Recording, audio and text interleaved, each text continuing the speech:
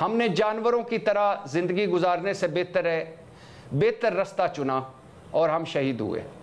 جناب اسپیکر، اس مسلم ممالک، اس عرب لیگ، اس OIC، اس مسلم امہ سے بہتر تو وہ چند مغربی لوگ ہیں، چند دانشور ہیں جو کھڑے ہو کر کم از کم جرأت کے ساتھ اظہار کر رہے ہیں اور اسرائیل کو ظالم، وحشی اور بربریت والا ملک قرار دے رہے ہیں۔ جناب اسپیکر، نہ مجھے کل امید تھی، نہ مجھے آج امید ہے، نہ مجھے کوئی کل امید ہے ان مسلم ممالک سے، مسلم امہ سے، OIC سے، عرب لیگ سے۔ لہٰذا سوال تھا کہ اقدامات کیا سے مطمئن ہیں یا اقدامات کیے ہیں؟ جب ایک قدم ہی کوئی نہیں اٹھایا، اقدامات ہی کوئی نہیں ہوئے، تو پھر کیا اس پر بات کرنی؟ مہر صاحب، جو ارشاد بھٹی صاحب بات کر رہے ہیں، اور یقینی طور پر صرف OIC کے جو اجلاس ہو جانا، خطاب کر لینا، ملاقاتیں کر لینا اور بیانات دے دینا، 40 دن تقریباً ہونے والے ہیں، غزہ جل رہا ہے، کیا یہ سب کافی ہیں اقدامات؟ نہیں، کچھ بھی نہیں ہے۔ اقدامات کیا ہے؟ دیکھیے، پوری یہ جو اس وقت پوری اسلامک امہ کی جو اس وقت تشکیل ہے، جو ممالک ہیں، جو سربراہان ہیں، یہ وہ نہیں ہیں جو ہم نے 70 کی دہائی میں دیکھے تھے۔ یہ وہ لوگ نہیں ہیں کہ جو اسٹینڈ کر سکیں، یہ وہ لوگ نہیں ہیں جو تیل کو بطور ہتھیار استعمال کر سکیں، یہ وہ لوگ نہیں ہیں جو مغرب کا بائیکاٹ کر سکیں، یہ وہ لوگ نہیں ہیں کہ جو آنکھوں میں آنکھیں ڈال کر بات کر سکیں۔ ان کی آنکھیں بھی جھکی ہوئی ہیں، یہ تو اسرائیل سے اپنے تعلقات بہتر بنانے پہ لگے ہوئے ہیں۔ آج بھی جو ہے UAE نے اپنے تعلقات تو نہیں ختم کیے، اسرائیل کے ساتھ جو تعلقات انہوں نے جوڑنے شروع کیے تھے۔ سعودی عرب بھی جوڑنے کے قریب آ گیا تھا، اور ابھی بھی اس نے یہ فیصلہ نہیں کیا کہ وہ اسرائیل کے ساتھ تعلقات قائم نہیں کرے گا۔ تو ہمارے یہاں جو ہپوکریٹک ممالک ہیں، منافقت سے بھری ہماری حکمران ہیں، ان کے یہ اجلاس ہوا، آپ دیکھیں نا کہ اجلاس ہوا، اس میں تمام اسلامی ممالک کے، عرب کنٹریز کے سارے سربراہان شریک ہوئے، لیکن اس کا اعلامیہ کیا ہے؟ وہ مکمل طور پہ ایک ڈیفیٹڈ طریقے سے یہ لوگ جو ہے وہ اپنے آپ کو بیہیو کر رہے ہیں، اور جیسے اسرائیل سے بس میکسیمم بات ہو جاتی ہے، سیز فائر تک کی تو بات ہو نہیں رہی۔ تو میرا خیال میں کہ ہماری جو جتنی بھی اسلامک کنٹریز ہیں، یہ کمپلیٹلی ناکام ہو چکی ہیں، مکمل طور پہ ناکام ہو چکی ہیں۔ یہ آج بھی کل یہ جنگ بندی ہو جائے تو یہ اسرائیل کے ساتھ اپنے تعلقات دوبارہ استوار کرنے کی طرف جائیں گے۔ تو ہم اپنے ممالک میں دیکھ لیں، ابھی بھٹی صاحب بات کر رہے تھے، کچھ مغربی ممالک کے مظاہرے دیکھ لیں، اور آپ اپنے ملک میں دیکھ لیں مظاہرے، اور باقی اسلامک کنٹریز میں چند ایک کو چھوڑ کے مظاہرے دیکھ لیں۔ تو میرے خیال میں کہ ہماری یہ جو صورتحال بنی ہے اس وقت، جو قتل عام ادھر ہو رہا ہے، تاریخ کا سب سے بڑا قتل عام ہو رہا ہے، یہ فلسطین کی جتنی پوری تاریخ اٹھا کے دیکھیں، اس کا بدترین مظاہرہ اس وقت ہو رہا ہے۔ اور میں ظاہر ہے ہم آپ مغربی ممالک کو یا امریکہ کو یا دوسروں کو، اقوام متحدہ کے خود 100 کے قریب لوگ مارے گئے ہیں، 40-50 کے قریب صحافی مارے گئے ہیں، اور جس طریقے سے بچوں کا قتل عام ہو رہا ہے اس کو اگر ہم سامنے رکھیں تو میرا خیال ہے کہ اس وقت پوری اسلامک امہ جو ہے وہ بے نقاب ہو گئی ہے۔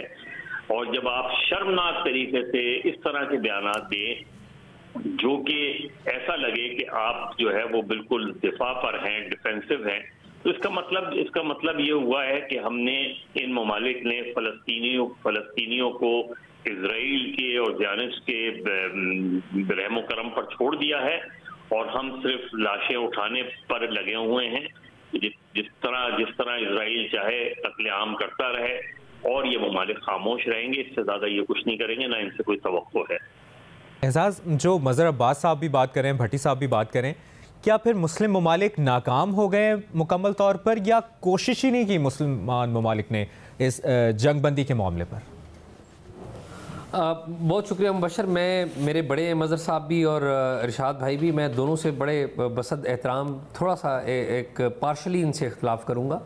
پہلی بات تو یہ ہے کہ ہم مسلمانوں نے نہ تو سائنس کے میدان میں ترقی کی، نہ ٹیکنالوجی کے میدان میں ترقی کی، نہ علم کے میدان میں ترقی کی، اور ہماری حالت یہ ہے کہ ہم کوئی جدید جتنی بھی ٹیکنالوجیز ہیں ان میں سے کوئی ایک ٹیکنالوجی کا سرا ہمارے سر پر نہیں ہے. آج کی دنیا آرٹیفیشل انٹیلیجنس کی دنیا میں داخل ہو چکی ہے. اس سے پہلے ڈیجیٹل ورلڈ ابھی ہماری موجود ہے. ڈیجیٹل ورلڈ میں ہم نے بڑی تبدیلیاں دیکھی, ٹیکنالوجیز کے اور بہت سارے پلیٹ فارمز آئے, ہم نے دیکھے. کوئی ایک ٹیکنالوجی ہمارے پاس نہیں ہے. اور پھر کسی ٹیکنالوجی کے بغیر ہم رونا روتے ہیں ان ملکوں کے ساتھ کہ جن ملکوں نے علم کے میدان میں, ٹیکنالوجی کے میدان میں, سائنس کے میدان میں ترقی کی اور وہ پوری دنیا پر حکمرانی کرتے ہیں. اور پھر اگلا رونا ہم کیا روتے ہیں؟ اگلا رونا یہ روتے ہیں کہ یہ مسلم دنیا کی منافقت ہے.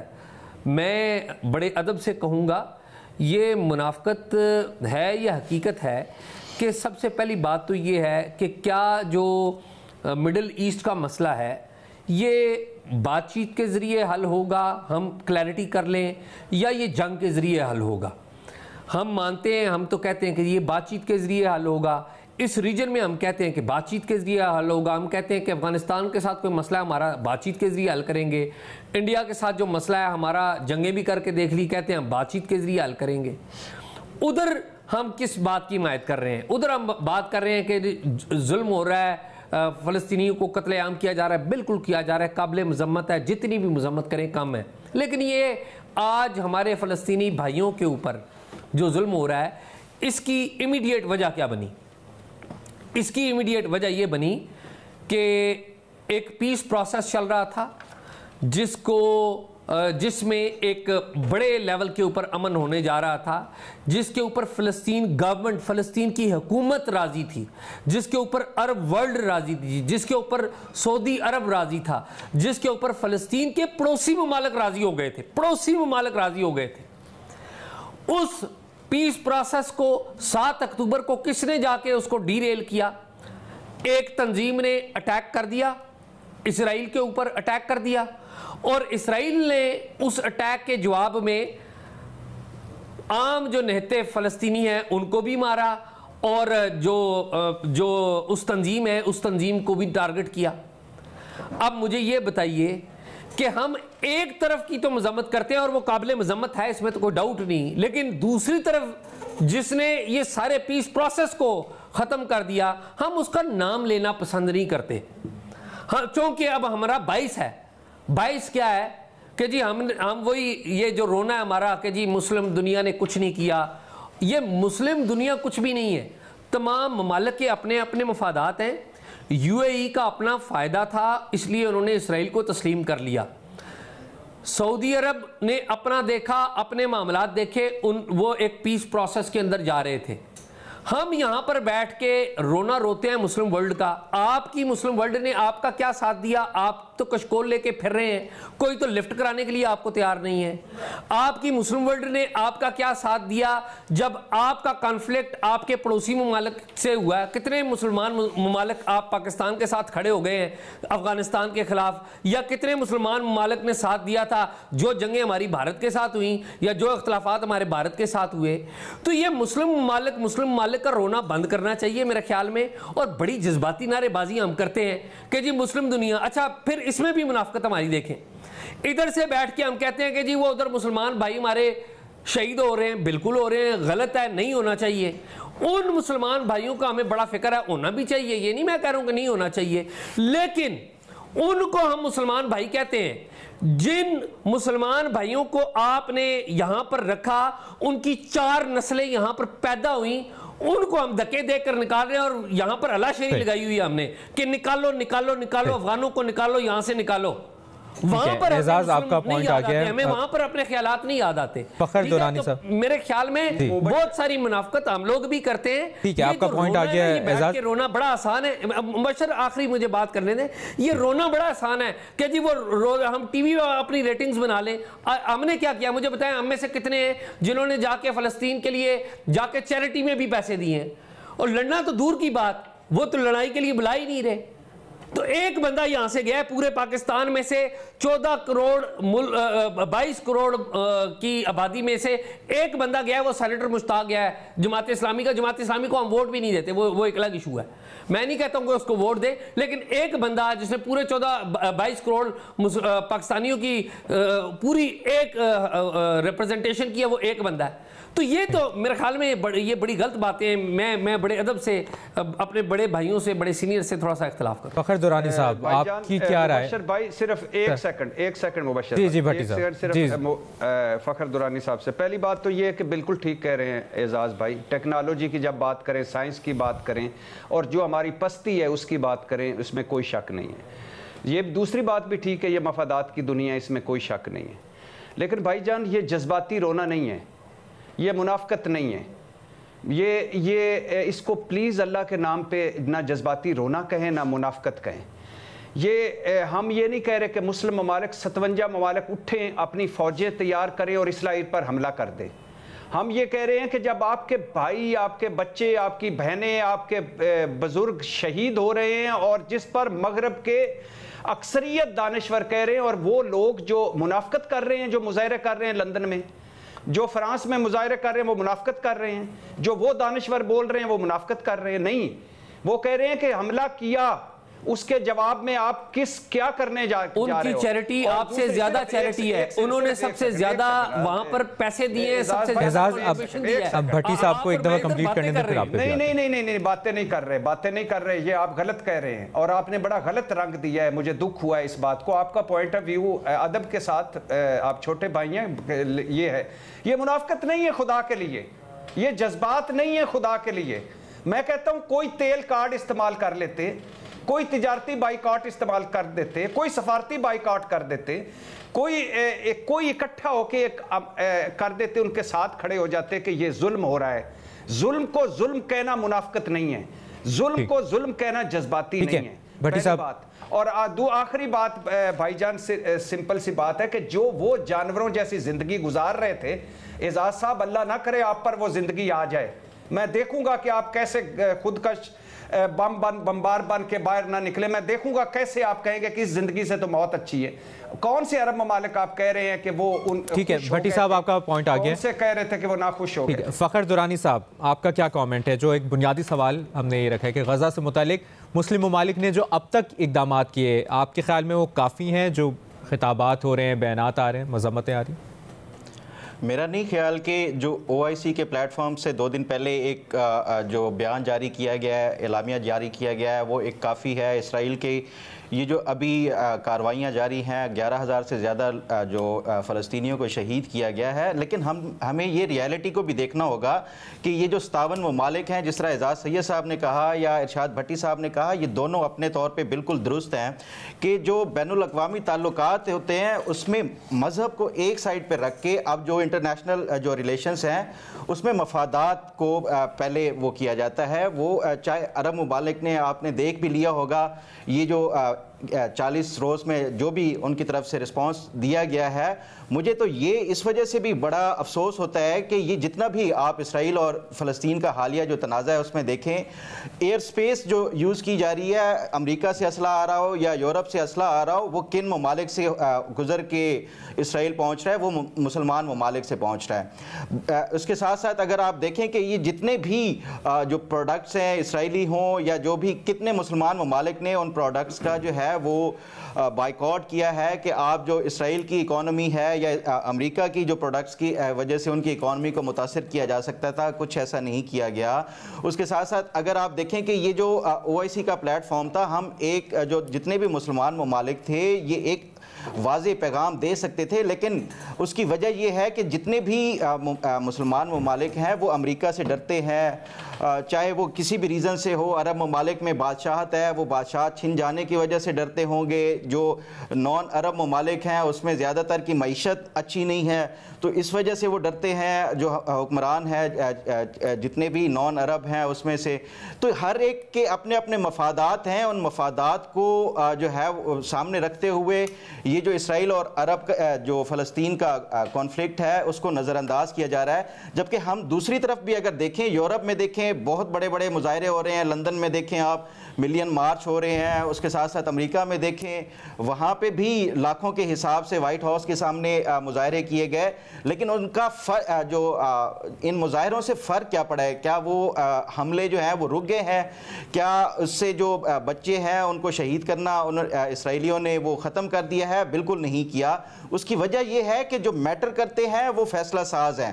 فیصلہ سازوں نے جو فیصلہ لے لیا ہے اس کو نہ آپ کے مسلمان ممالک قائل کر پا رہے ہیں کہ سیز فائر کر کے جو امداد ہے, امدادی سامان ہے, ان کو پہنچایا جا سکے, یا اس کے ساتھ ساتھ جو بچوں کا جو انخلاء جو ہے ایک سیف زون میں کیا جا سکے, ایسا کوئی بھی قائل نہیں کر سکا. اس کی ریزن اس میں نو ڈاؤٹ کہ مسلمان ممالک بہت امیر بھی پڑے ہیں جیسے عرب ممالک ہیں, لیکن وہی بات ہے جیسے اعزاز سید صاحب نے کہی کہ ہم ٹیکنالوجی میں پیچھے ہیں, ان کے اوپر ریلائی کر رہے ہوتے ہیں.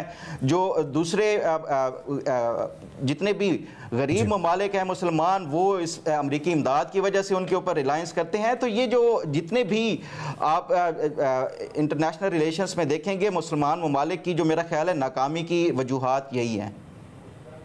اور جس طرح آپ بات بھی کر رہے ہیں فخر, اور باقی تجزیہ کاروں نے جو اپنی رائے رکھی ہے مسلم ممالک کی جانب سے, ہنگامی طور پر اقدامات کسی طریقے سے کرنے ہوں گے اور جنگ بندی کی بات کرنی ہوگی, کیونکہ غزہ جل رہا ہے, غزہ تباہ ہو رہا ہے, اور اس سب کا جو ایفیکٹ پڑ رہا ہے وہ ایک عام فلسطینی شہریوں پر پڑ رہا ہے. تو ہم دعا کرتے ہیں کہ جلد از جلد یہاں پر امن آئے اور فلسطینی جو کہ جن کو ٹارگٹ کیا جا رہا ہے وہ سکھ کا سانس لیں. ایک بریک لیتے ہیں, بریک کے بعد دوبارہ واپس آتے ہیں.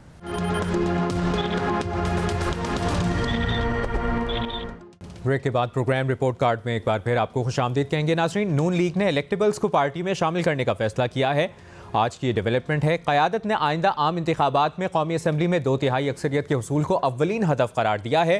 پارٹی ذرائع کا کہنا ہے کہ ایک سروے تھرڈ پارٹی کے ذریعے اسحاق ڈار کی نگرانی میں مکمل کروایا گیا, جس میں مجموعی طور پر 7 لاکھ سے زائد ووٹرز نے حصہ لیا. سروے کی بنیاد پر پنجاب کے مختلف اضلاع کے الیکٹیبلز کو پارٹی میں شمولیت کا گرین سگنل دے دیا گیا ہے. اس کے بعد چند الیکٹیبلز نے نون لیگ کو جوائن بھی کر لیا ہے, اور آنے والے دنوں میں مزید الیکٹیبلز کو مسلم لیگ نون میں شامل کروایا جائے گا. اب سوال ہمارا یہ ہے کہ کیا پنجاب میں نون لیگ کا الیکٹیبلز کو شامل کرنے کا یہ فیصلہ درست ہے یا نہیں؟ مظہر صاحب, آپ سے آغاز کریں گے.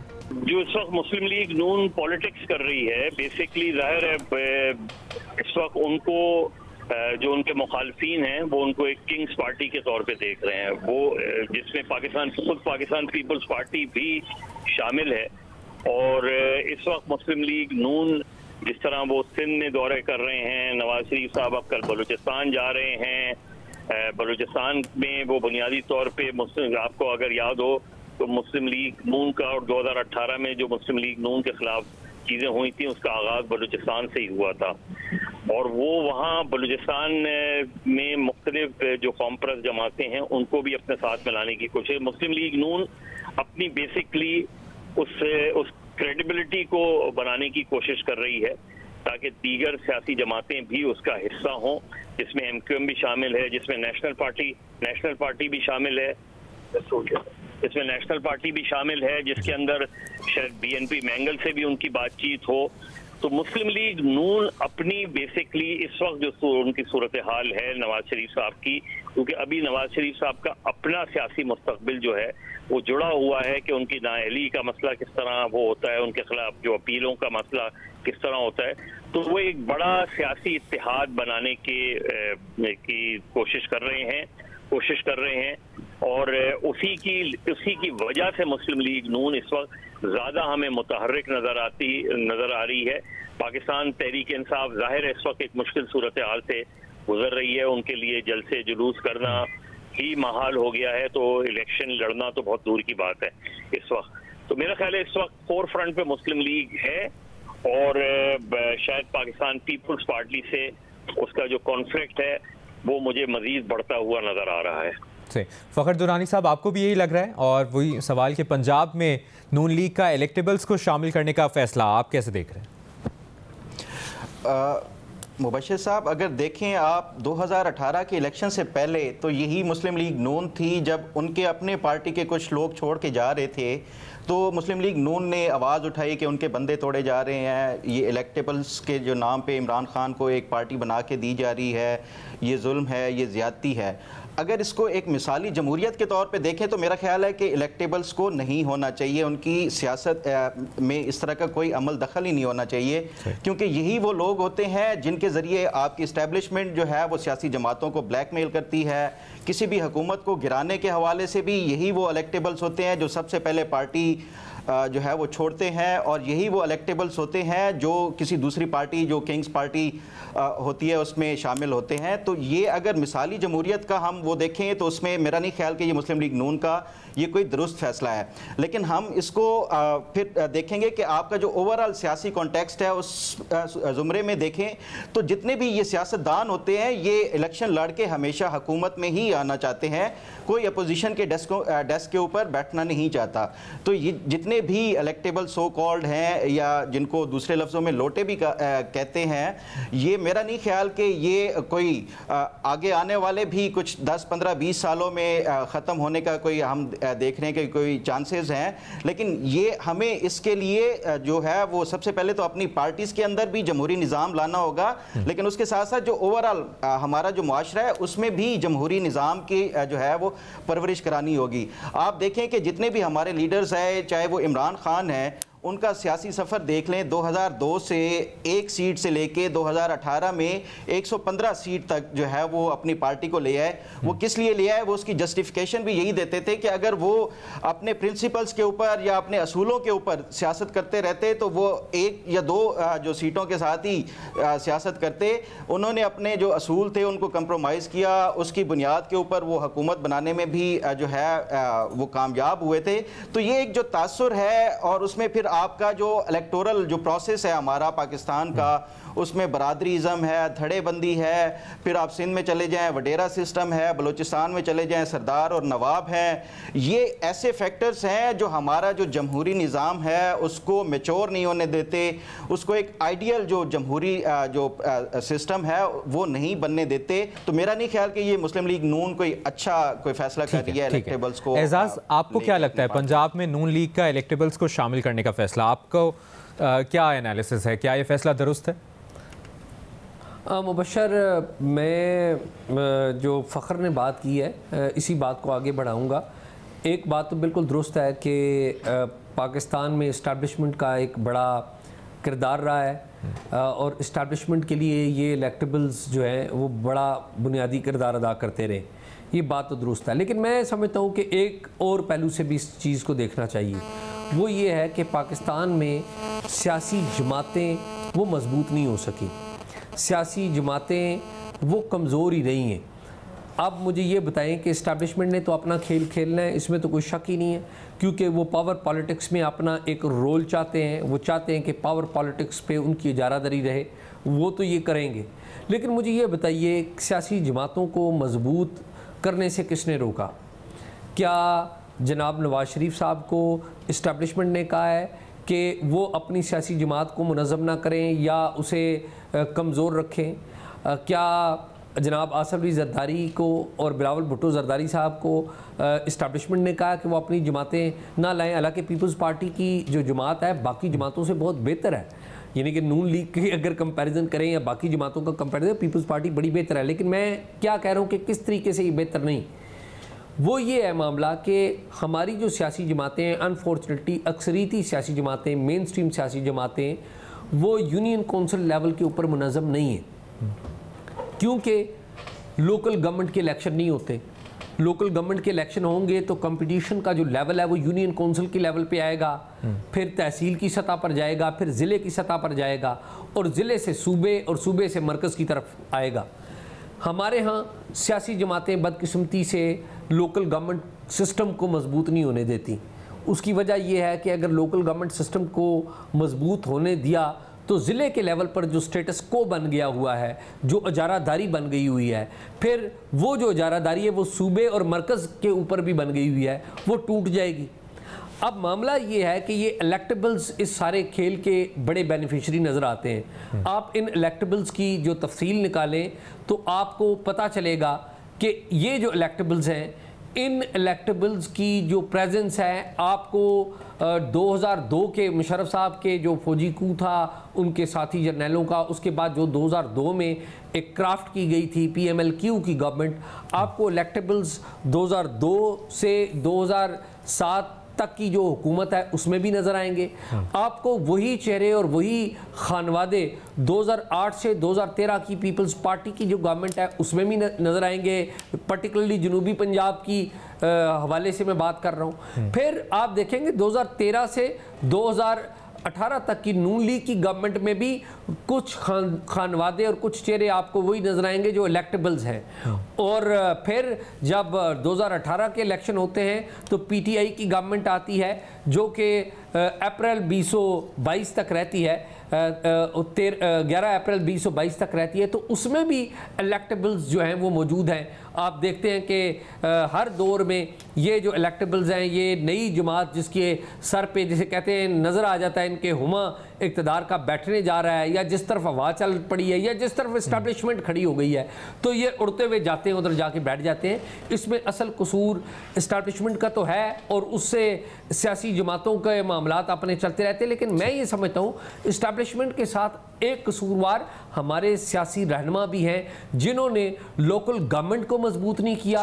لوکل گورنمنٹ کو مضبوط نہ کرنے کی وجہ سے لوکل لیول کے اوپر اپنی جو پارٹی ہے وہ اس کو منظم نہیں کر سکے. یہ سٹیٹس کو کی پارٹیاں انفارچونیٹلی بن چکی. بھٹی صاحب، آپ نے تینوں تجزیہ کاروں کی رائے جانی. کیا پنجاب میں نون لیگ کا جو الیکٹیبلز کو شامل کرنے کا فیصلہ ہے جس پر ہم ڈسکشن کر رہے ہیں، آپ کو یہ فیصلہ درست لگ رہا ہے؟ جناب اسپیکر، میرے محبوب قائد نے اور مسلم لیگ نون نے 2/3 اکثریت مانگ لی ہے.